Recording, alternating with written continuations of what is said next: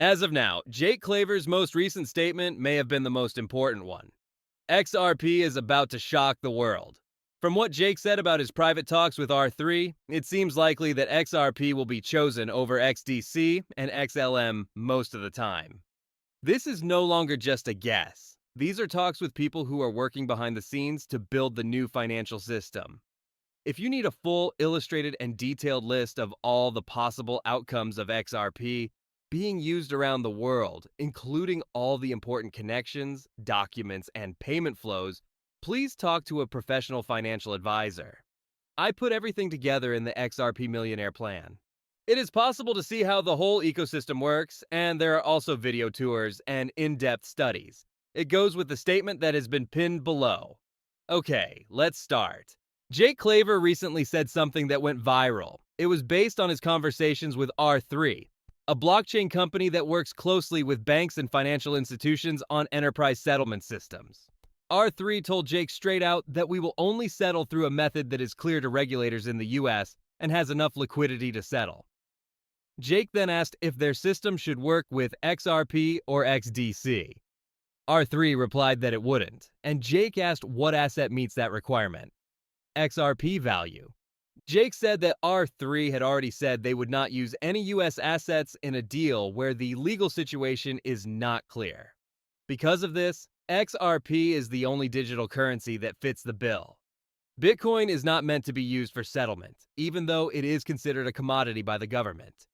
Large-scale deals aren't made for it, and it's slow and expensive.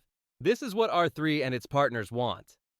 XRP, on the other hand, was designed from the ground up to make cross-border settlement cheap and quick. At the moment, there is also no clear legal standing for any asset in the United States. As a result, you should think about what this means for the future. The US government can only use XRP as a settlement asset that is both legally and technically sound if they want to switch to a blockchain-based banking system. Because of this, Jake suggested that Ripple give the US government a copy of their settlement software, Ripplet, so that it could set up a national payment system. As you may remember, Ripple's software is just code.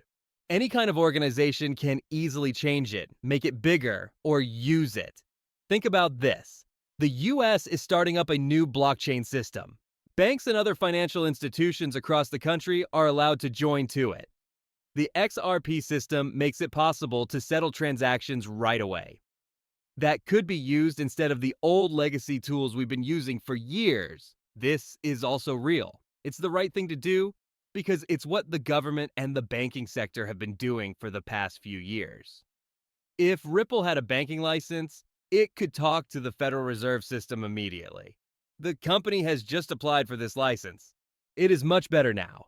This would let Ripple deal directly with the Fed without going through any agents. When you add in XRP's clarity and Ripple's global partnerships, everything fits together just as it should. Once the court case was over, the doors of regulation were opened. In official US policy talks, blockchain clarity and the development of new digital assets shot to the top of the list of things to do under the new government. Some papers and working group documents directly mention Bitcoin and XRP as known digital assets that could be used to test future infrastructure. The next step was for world leaders to get together. Government and business leaders met with Ripple, Coinbase, Circle, and other well-known crypto companies at Downing Street to talk about ways to work together on cross-border finance. Integration of blockchain and modernization of cross-border payments were being talked about in this room by people from Barclays, Citi, and HSBC. The fact that Ripple was brought up in that conversation says a lot. With its banking license and easy-to-understand XRP, Ripple is now the frontrunner for a national blockchain payment layer in 2025. If the US government ever thinks about a blockchain-based system, they should only use XRP, which is legal and easy to exchange. That's why the Clarity Act being looked at by Congress right now is important. XRP, on the other hand, is the only digital currency in the US that is completely legal until it is passed. This is where Jake Claver's idea starts to get interesting. Let's talk about numbers.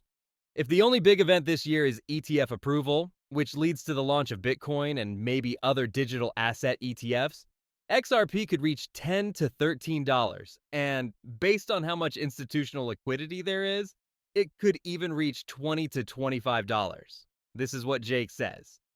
These numbers are based on real cash flows, not just empty claims. It doesn't even consider the other big changes that are about to happen, like when central banks join, when national blockchain payment lines might start up, or when global settlements become the norm. Jake said that XRP could hit new highs if the right conditions came together. Even with low-level assumptions, like the fact that ETFs will be adopted and basic liquidity, XRP could still hit double digits. On September 2020, the last XRP long sale, positions worth more than $17.7 million were lost. As the market quickly turned around, we saw a net move of $5.8 million. What should you remember? Institutions are strategically buying a lot of things and then selling them off, which scares off regular buyers. They are good at making money off of confusion while other people try to get clear. These kinds of acts will keep happening until all the rules are followed. But the most important thing is that cash keeps coming back. Once more, long positions are being filled, money is coming in, and the base price is slowly going up. That's not the same as giving up. Things are getting worse. This group is called the Depository Trust and Clearing Corporation, DTCC, and it settles almost all U.S. stocks. In a recent statement, they said that asset tokenization and blockchain technology are changing the financial world by getting rid of expensive agents and replacing them with systems that are more direct and clear.